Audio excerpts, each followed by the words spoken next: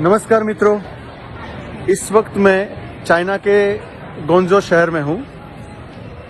आप देख सकते हैं यहाँ पर सभी कुछ ओपन है और सभी लोग एकदम छूट से घूम फिर रहे हैं।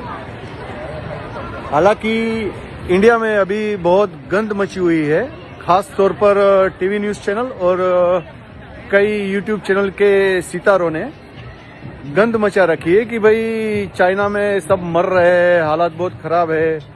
तो मैं उनसे गुजारिश करता हूं कि प्लीज़ झूठी खबर ना फैलाए अपने चंद फायदे के लिए, क्योंकि मेरी फैमिली, मैं यहाँ चाइना में रहता हूं और मेरी फैमिली है इंडिया में।